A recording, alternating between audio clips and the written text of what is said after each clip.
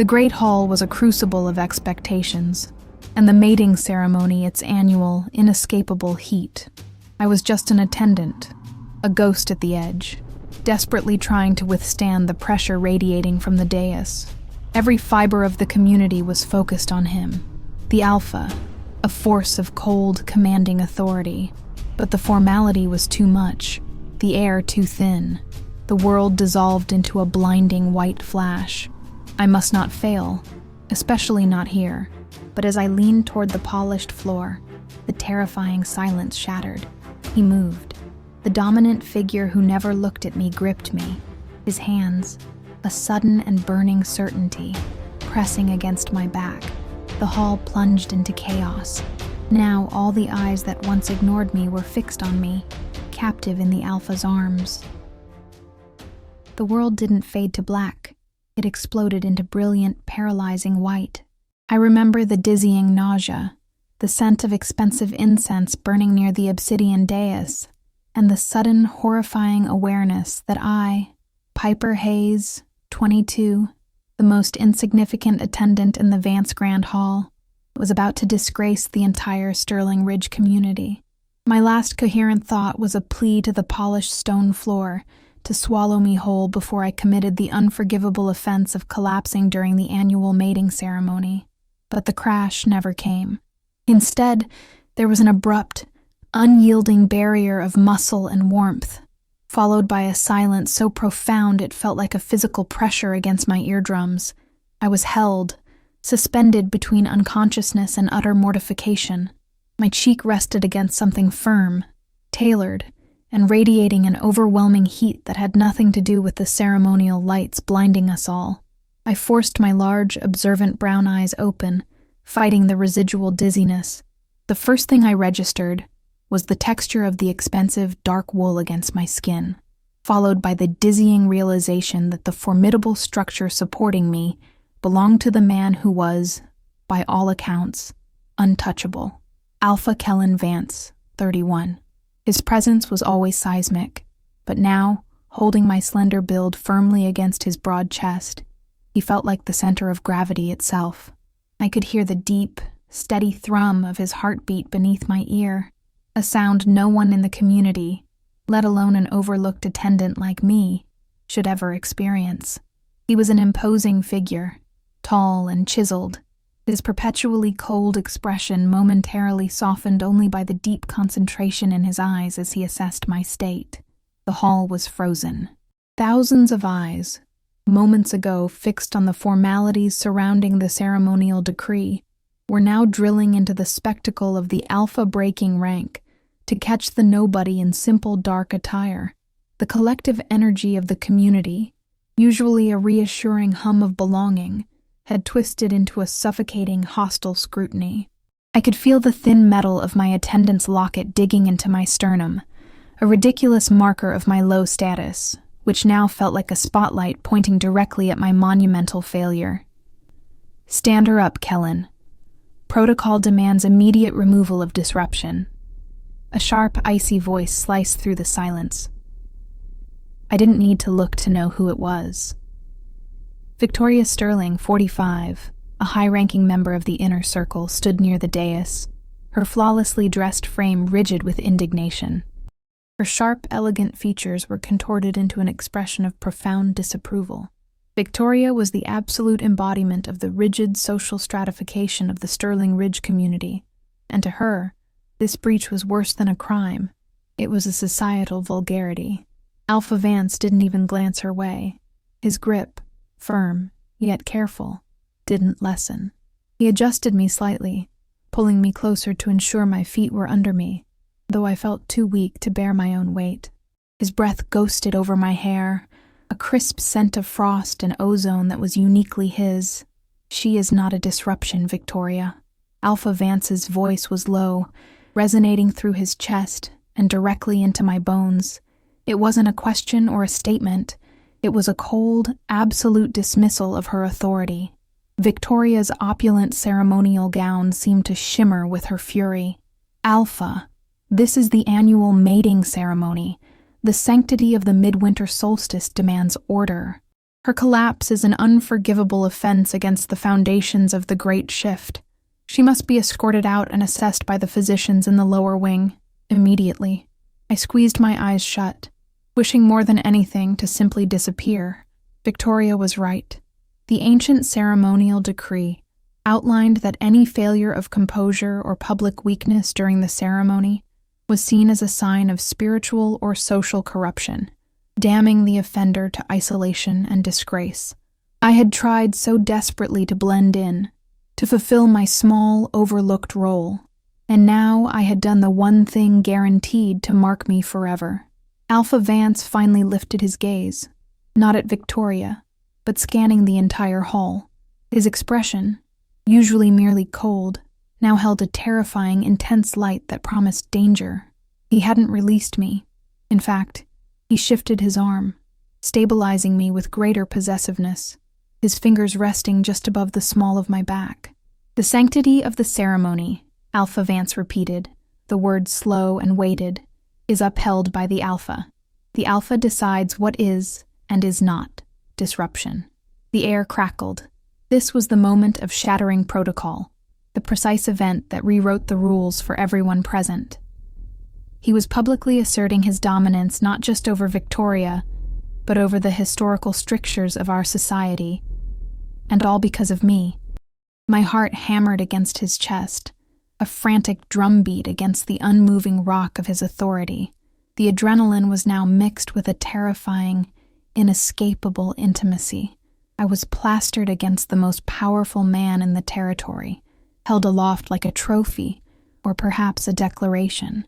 "I am taking her myself," Alpha Vance stated, his eyes locking onto a point far beyond Victoria, addressing the shocked inner circle directly.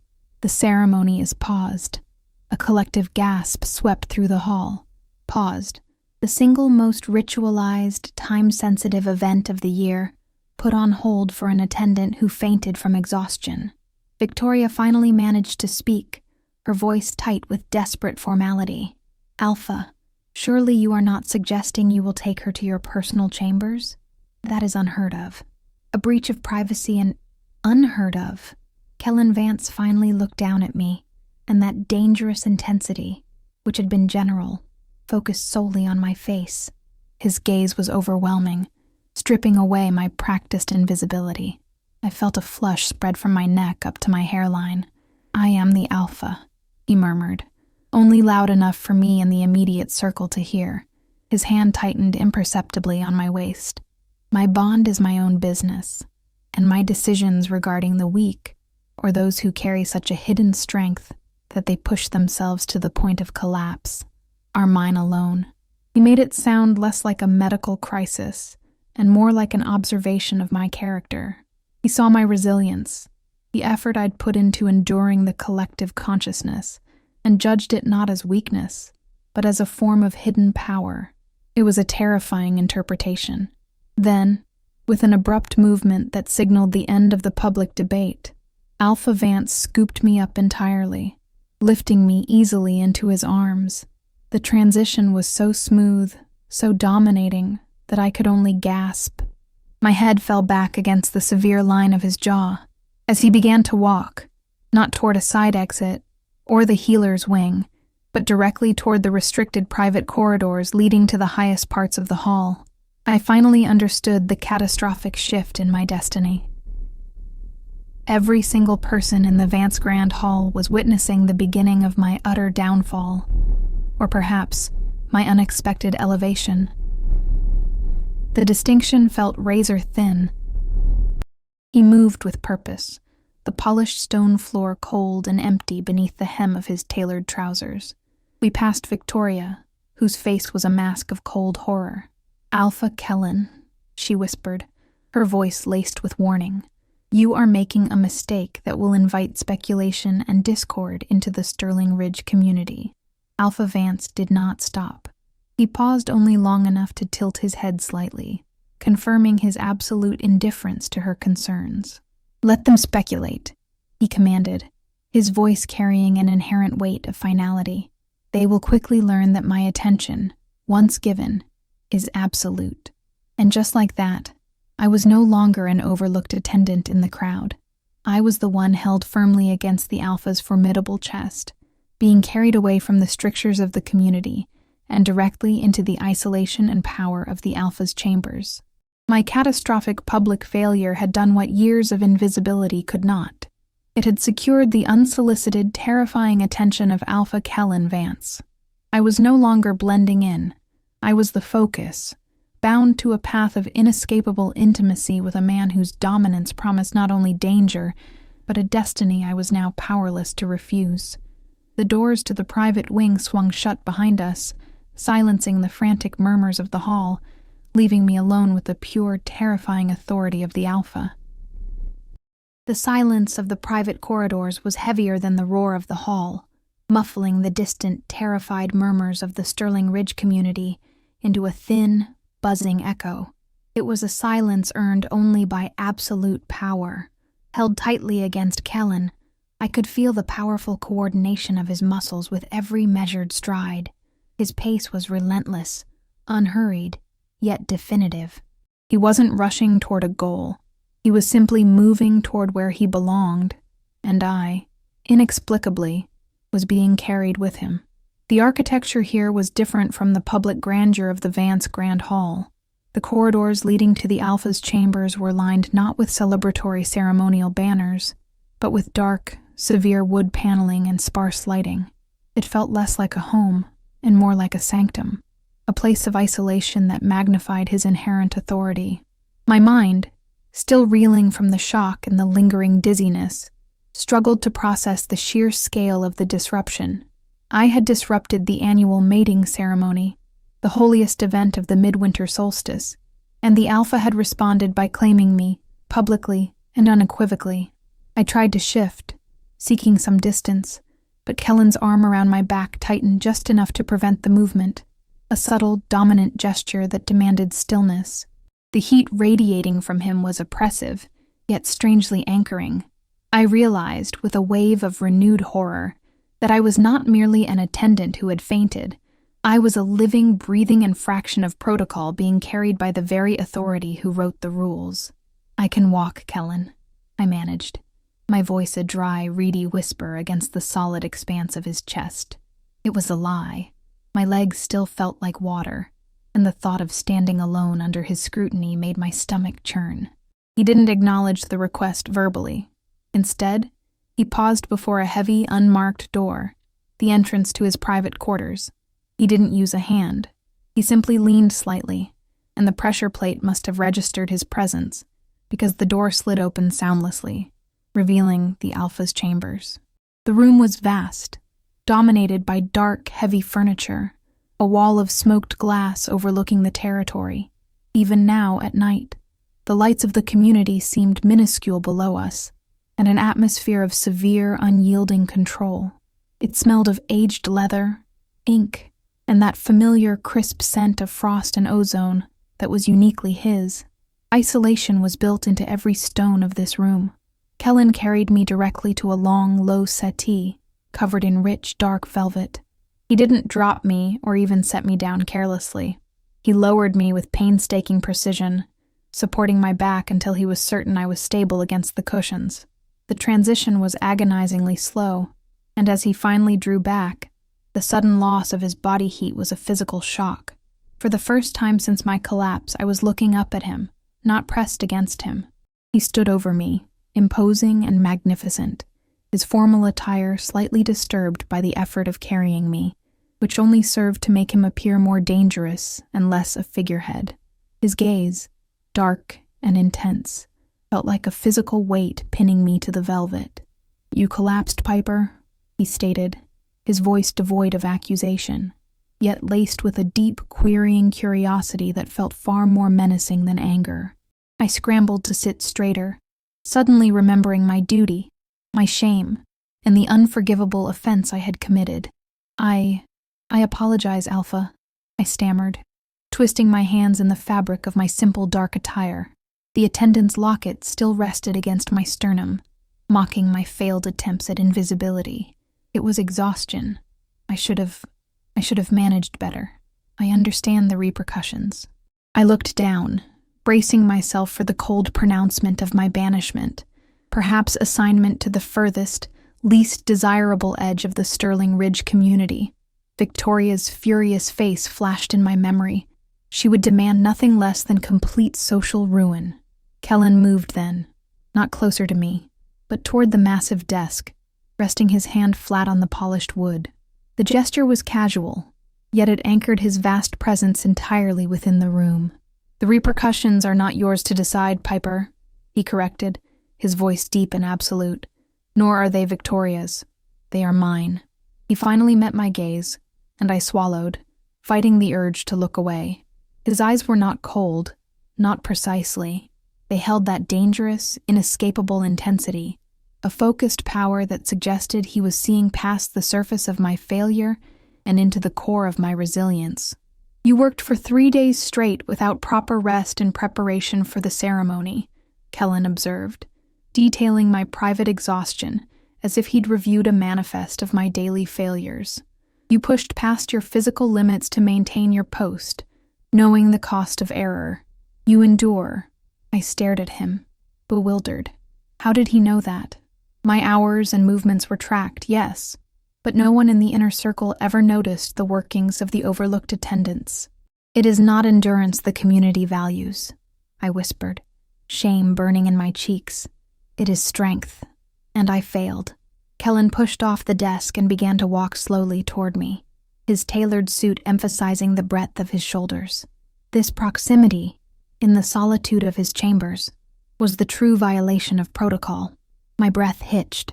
"Weakness is giving up before the moment of collapse," Kellen said, stopping directly in front of the settee. He crouched slightly, bringing his formidable presence to my level. It was the moment the public scrutiny outside ceased to matter. This was the true, terrifying intimacy. Your body gave out, yes, but your mind fought to the last second to remain in place, to blend in, to serve, he continued, his voice dropping to a low, gravelly timbre that vibrated with dominance. "That is not weakness. That is a form of discipline that surpasses most of the pampered fools who are watching you fall." My heart hammered a frantic rhythm against my ribs.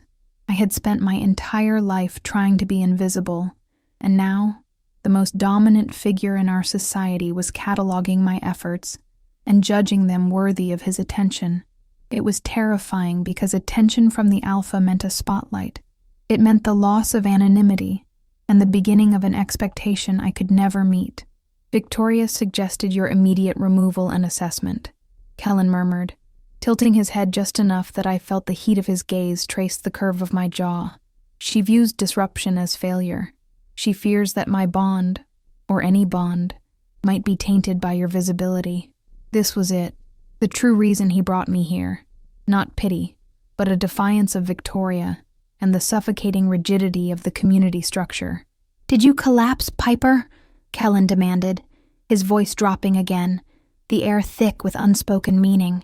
"Because your physical body gave out, or because your spirit rejected the path laid out for you? The path where you remain unseen?" It was a question too profound, too dangerous, to answer honestly. I was tired. I insisted weakly. Kellen shook his head slowly, a minute movement that still held immense authority. His hand lifted, and I involuntarily flinched, expecting a commanding touch, a dismissal. Instead, his fingertips brushed the thin chain of my attendant's locket, the small piece of metal that marked my insignificant status. "You are not tired anymore, Piper," he stated.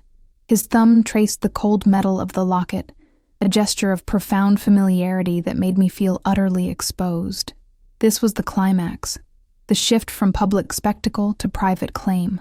The atmosphere of the Alpha's chambers intensified, the air growing heavy with his sheer presence. He wasn't just observing me.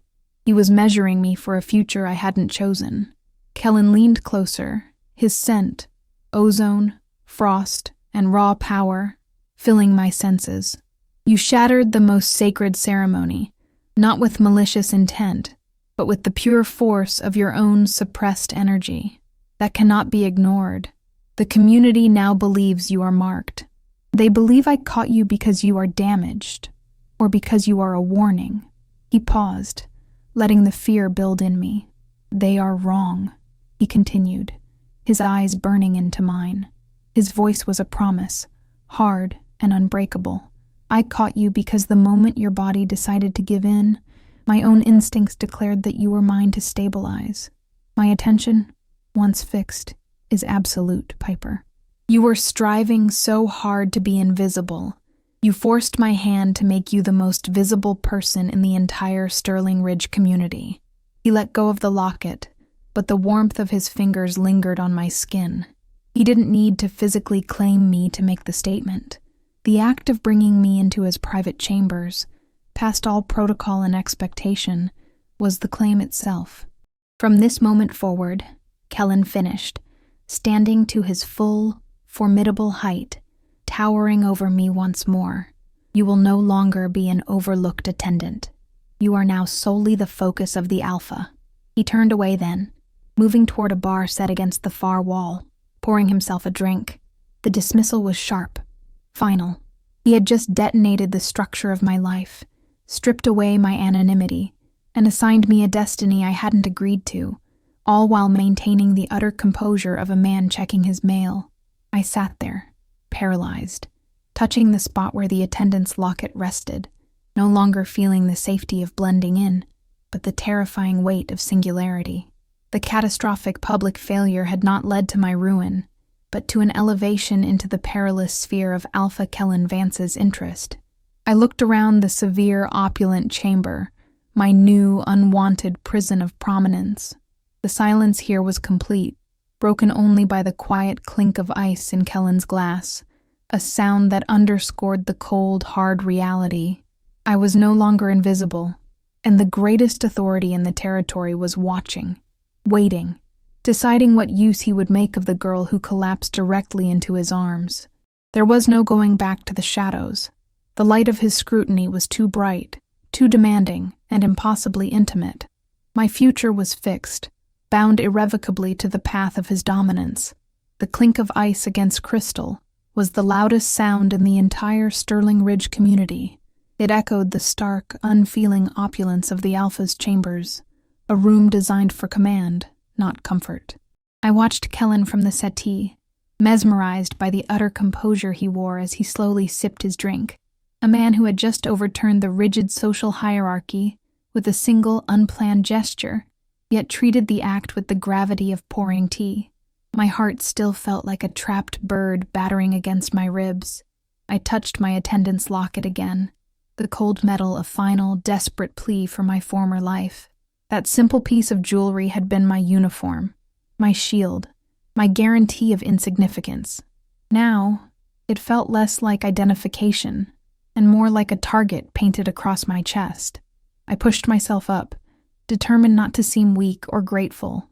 I needed to establish some boundary, some shred of my own agency, before his declaration completely consumed me. "Alpha, with all due respect," I began, forcing my voice to be steady, though it was still fragile compared to the granite surrounding us. "Your decision. It's impossible. You cannot simply declare someone into the center of the community like this. Not after a collapse. Not someone like me. The structure demands." "Silence," Kellen interrupted, without raising his voice, without even looking away from the glass in his hand. The single word was not a request. It was an atmospheric pressure change. My throat instantly constricted. He finally turned, walking slowly away from the bar, the glass still held loosely. He didn't approach me directly this time, but stood midway across the immense polished floor, a deliberate distance that somehow felt even more isolating. "The structure, Piper, is held together by my will. It does not exist independent of me," Kellen stated, his gaze cutting into me. "You believe the community requires consensus, formality, and adherence to the ceremonial decree. They require one thing only, an Alpha strong enough to enforce his own decree. If I say you are the focus, then the entire Sterling Ridge community will adjust their perception or suffer the consequences of challenging my insight." I swallowed hard, the shame of my visibility intensifying. But why? Why this disruption? Victoria is already mobilizing against me. She will not accept this, and the others who were expecting a proper mating bond. Victoria Sterling holds no sway over my instincts. Kellen dismissed her, the sharpness in his tone making it clear that Victoria's political maneuvering was child's play to him. As for the expectations of a proper mating bond, they are focused on political alliance and the solidification of power lines. That is the ceremony. What happened tonight was outside the ceremony. He took another sip, then set the glass down sharply on a side table. The sound echoed like a gunshot. What happened tonight was a declaration of ownership based on primal necessity, not social convenience, he stated, his formidable height seeming to grow even taller as he focused entirely on me. You fell because you pushed your physical body past its limits, but the instant you began to fall, something in me shifted. Protocol, politics, the opinions of Victoria and the entire dais, none of it mattered. Only the need to ensure you did not hit the stone floor. His explanation was more frightening than if he had simply said he'd made a strategic choice. He was admitting that, in the most critical, highly observed moment of the year, his rational control had been superseded by instinct, and that instinct had fixated entirely on me. I am not weak, Piper, and my instincts do not fail me, Kellen continued, his voice dropping into that low, resonating timbre that suggested deep, undeniable power. Your collapse was a signal. It was the physical expression of a spiritual and energetic exhaustion that only I was meant to alleviate. You tried to become nothing. My nature demanded I make you everything. My hands were shaking. This was the terrifying intimacy he had promised. He wasn't talking about romance or politics. He was speaking in the ancient, unyielding language of alpha command and fated recognition. You believe I am your mate? I whispered, the concept feeling utterly preposterous given my status just hours ago. Kellen began to walk toward me again, his pace measured, predatory. The space between us, which felt enormous moments before, vanished too quickly. He stopped directly over me, forcing me to tilt my head back, submitting to his sheer dominance. I believe nothing, he corrected, his voice stern. I know. Mating is a choice made through tradition and negotiation. Claiming is an absolute recognition.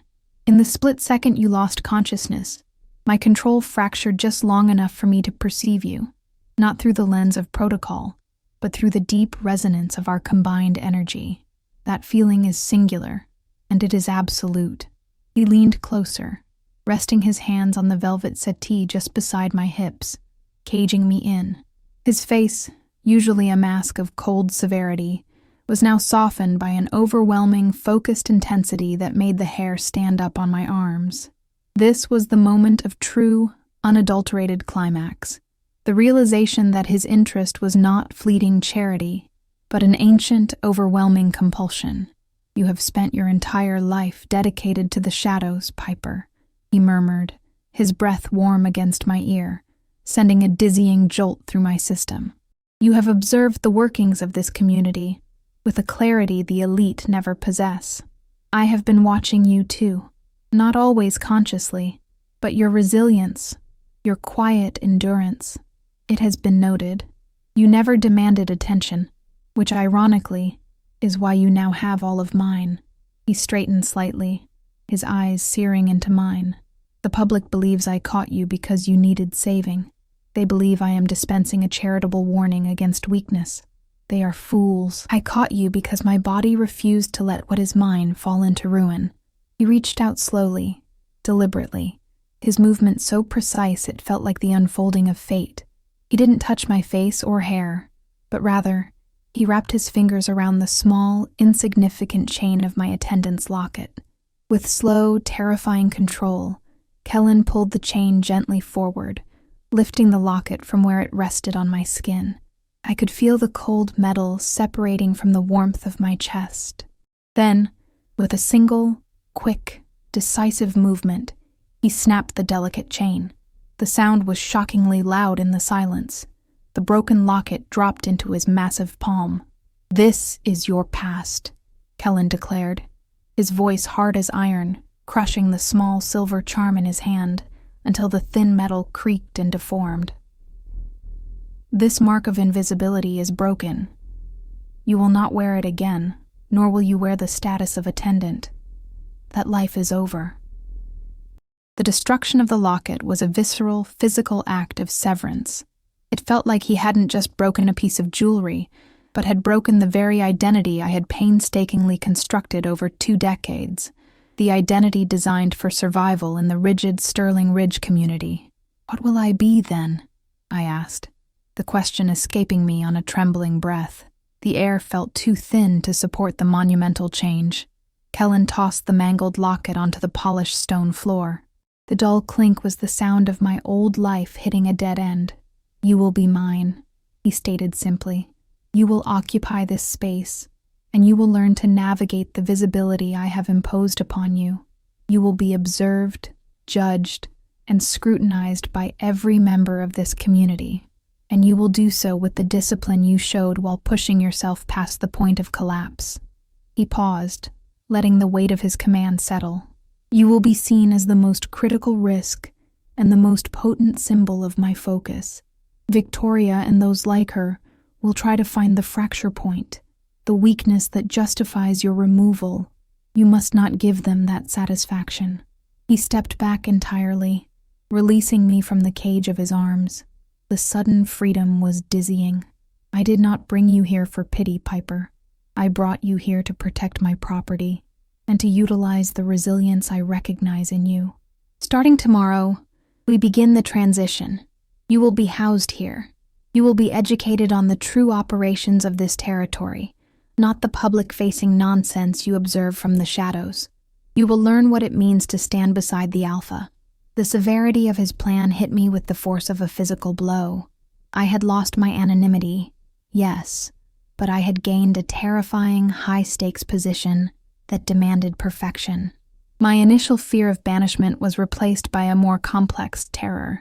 The fear of failure on a stage too large, too powerful, and too intimately linked to Kellen himself. I looked at the broken locket on the floor, then up at the formidable man who had shattered my world to save me from a fall. He wasn't waiting for agreement, only compliance.